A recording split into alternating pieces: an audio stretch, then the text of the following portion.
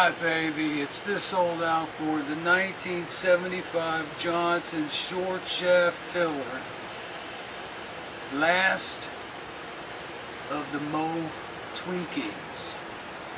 I had just a few more tweaks I wanted to do, and as far as the motor itself goes, the power head, pretty much that's all I can do to it, other than maybe check my points again, something like that. But I think everything's good to go there.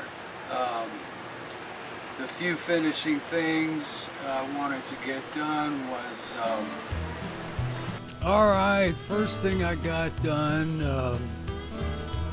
thermostat, brand new thermostat ordered up, got that puppy installed.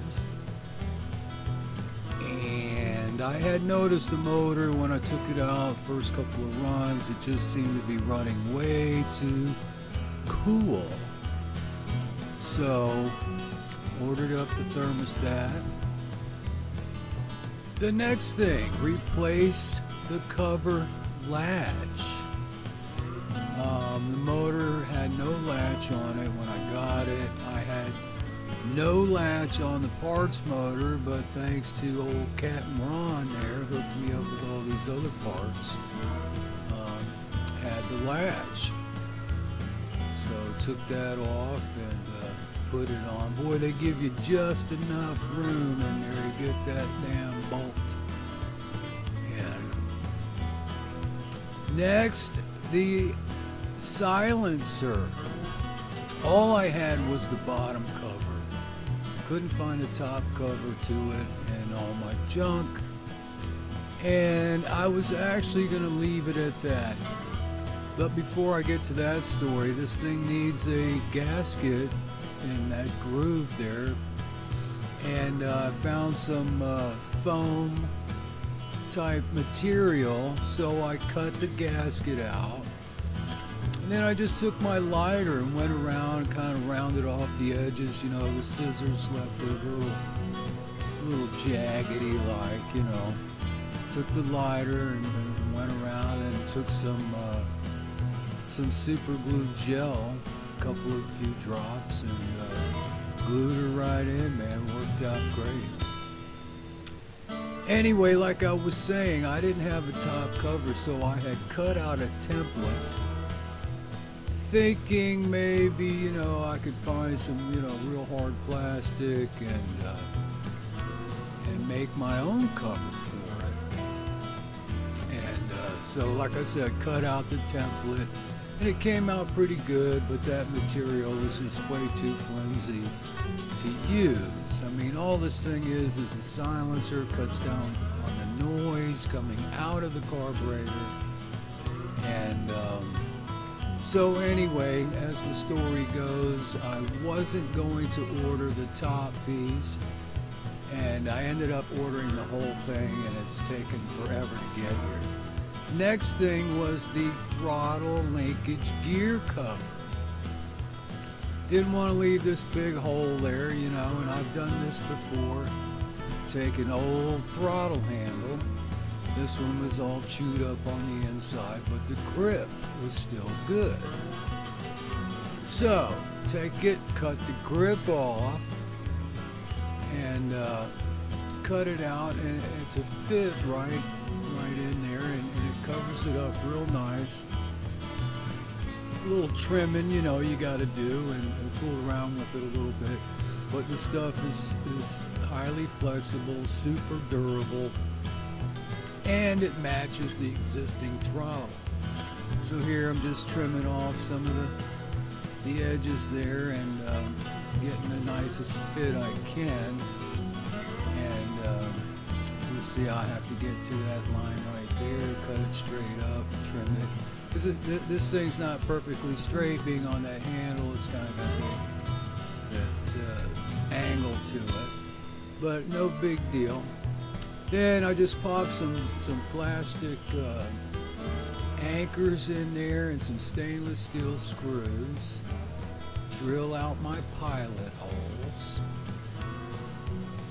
And you can do this with anything, you know, get an old shoe, got some leather on it, or old boots or something. Maybe your girlfriend has an old purse, or maybe you have a purse. Not that there's anything wrong with that, but anyway, it came out good. Like I said, I've done this before. It covers up that big hole. And you know what you're looking for in this situation is, you know, clean this thing up the best you can. Here's what it looks like on the bottom with the anchor sticking out there, and doesn't affect anything, doesn't hit on anything. And what I do next is take a little bit of silicone, throw a little silicone on them, and you know, there's probably 10, 15 different ways you can mount these things in there. This is just one way, quick, easy, and it holds up. Getting a little sloppy there with the silicone, but it cleaned up pretty good. Then for the final touches, I take a little black spray paint and shoot a little bit in that coffee can cover. And normally I would use a Q-tip, like a, you know, as a little tiny paintbrush, and just dab it on the top of those screws. This is just, like I said, it's just all cosmetic type stuff. Just cleaning it up, making it look good. Well, the paper towel trick didn't really work that great. It was better than nothing. So I actually took a piece of the rubber that I trimmed off, worked like a champ, man. Was able to fill in all the grooves on the top of the screw. And like I said, it's all cosmetic stuff. Just clean this damn thing up. And it looks great, and it works. You know, it works. It's not, you know, it's not just a piece of junk on there. And I must say again, my hood deal came out so sweet. There's a few rough spots, like right there in the front, but you know what? I could easily go over it one more time. All right, so next on the list was the motor lockdown. It was not locking down in position there. You know,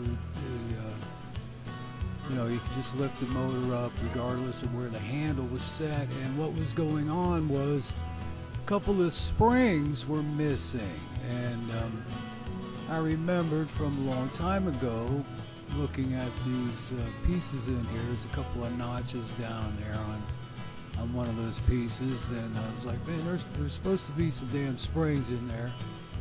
And I looked on the schematic online, and it shows like one spring, but it doesn't really show where it goes. So I went to my storage unit, checked out the parts motor I have, and sure enough, there were the two springs I need. They go in those little holes there, one on each side, and then clamp on to the bottom of the latch connection there. I don't know what in the world you call that thing. Anyway, pulled the springs off the parts motor, brought them home, and slapped them in. A little bit of a pain in the butt. They're really strong, but started out with the damn needle nose. You just couldn't get a good grip on them, and grabbed the wire cutters, and you could, you know, pinch them a little easier and stretch them out a little easier, and snapped them right in, good to go.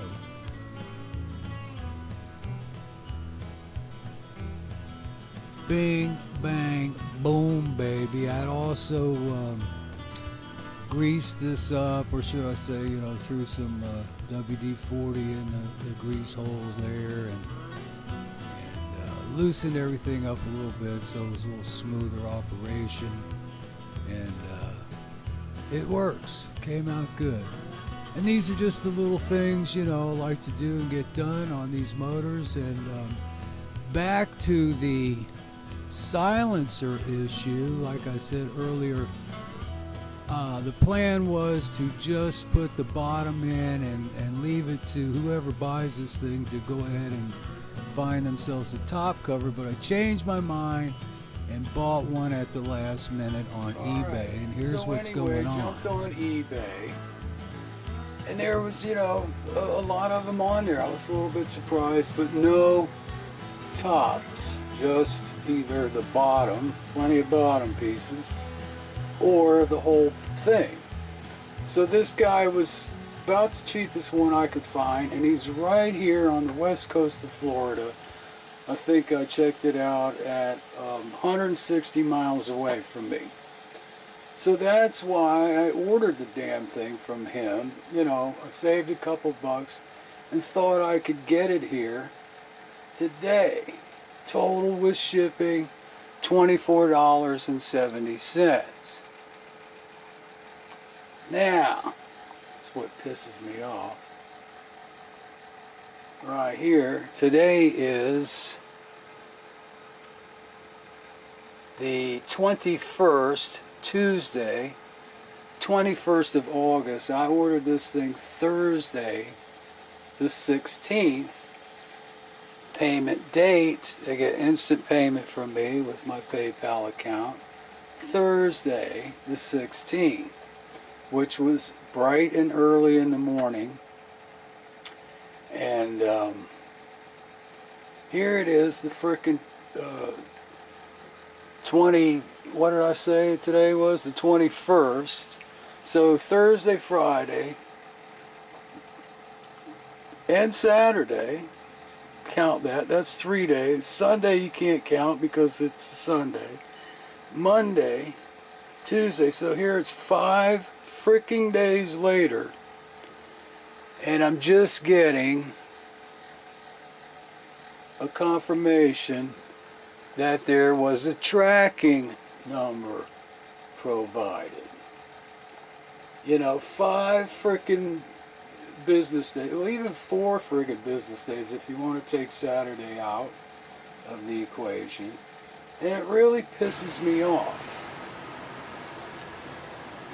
And I would just like to say, ladies and gentlemen, boys and girls, children of all ages, thanks again for watching my videos and all the great comments, and thanks for subscribing to my channel. This is you know, it's all new for me, and stay tuned, baby, because you never know what's going to happen next.